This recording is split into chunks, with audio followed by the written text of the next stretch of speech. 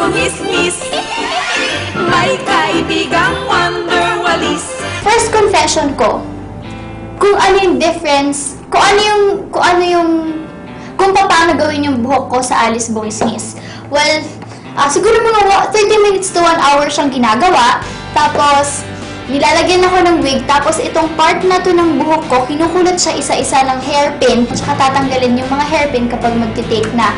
Ginagawa po namin lahat para maging maganda sa paningin ng tao. It's time naman to reveal something about kay Jake.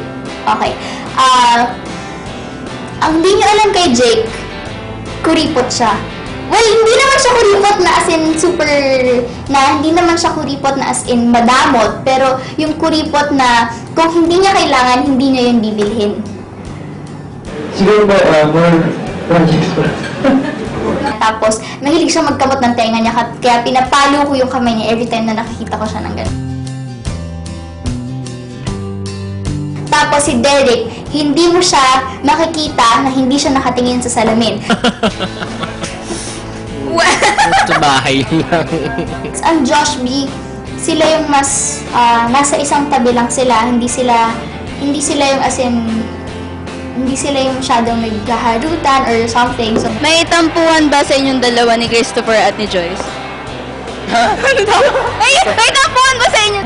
so yun. And then ang Chris Joy naman, sino yung mas wacky? Kasi makikita mo off-cam ang si Christopher tsaka si Joyce, parang pinagtitripan yung mukha ni Joyce, yung gano'n. So, ang saya lang nilang tingnan.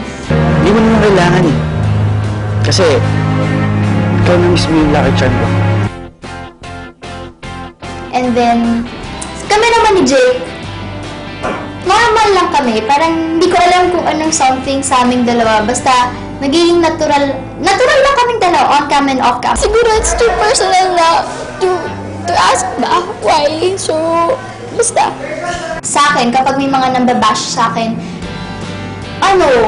syempre sumasama yung loob ko, lalo na kapag hindi totoo na sumasama yung loob ko kasi sinasabi nila yon nang hindi pa naman nila alam kung ano yung totoong nangyari. Pero I'm not telling you that don't say something or don't mention something, but just say what you want, but think before you click. As long as alam ko na nandiyan kayo to support me, isipin ko na lang kung paano mas mapapaganda yung mga shows ko and kung paano ako mas makaka-bond with you guys.